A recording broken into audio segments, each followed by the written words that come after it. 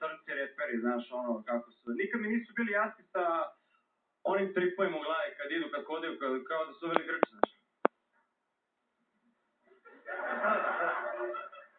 I oni glas koji idu. Njao, što ti je, bre? Njao, motherfucking feel me! Ne osjećam te, brate. Ne, nikako te ne osjećam. Ne, nikako. I nisu mi, znaš, bili jasni, oni su svi nešto lože na rap, neki, ono, kao... Imaš ono fora.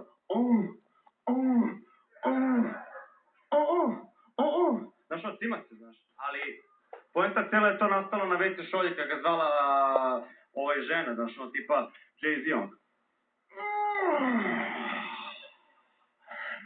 Yo, Jay, motherfucker, man! Da on tu iskoristio pesničku. Ili oni koji su u fazonu unutra u studiju. Ja.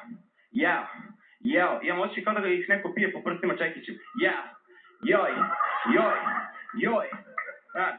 To mi je nekako tako, Ovi naši, oni su još žešći, znaš, oni su još luđi, oni su u fazonu. Brate, samo neka sija, nek se ima, samo nek se bacaju pare. A izvini, brate, što voziš juga? Ništa mi to nije jasno, malo mi to nerealno, znaš, i malo su mi s onim... Znaš, ono...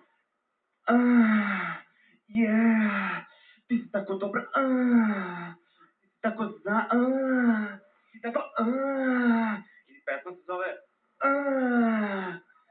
a ne znam kako se piše.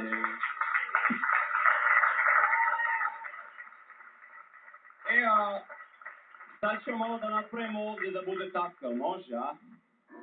Ne mogu, ja? Normalno. Može. Ja. Nedelja je spor, pa baci se u krevet. Kreće audicija, počinje u 9. Nedelja je spor, baci se u krevet. Kreće audicija, počinje u 9. Smeha bit će da, zebra moj. Rotacija je spremna, mi pokrećemo stroj. Publika je tu, Sofija je spremna.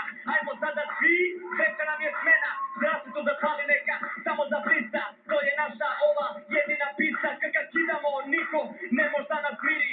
Izlazi na scenu naš idejni žiri. Tu je Marko Marinković, baca na sceni, jebe mater. Kalinić, Milan, Šmeke, pevaj brate.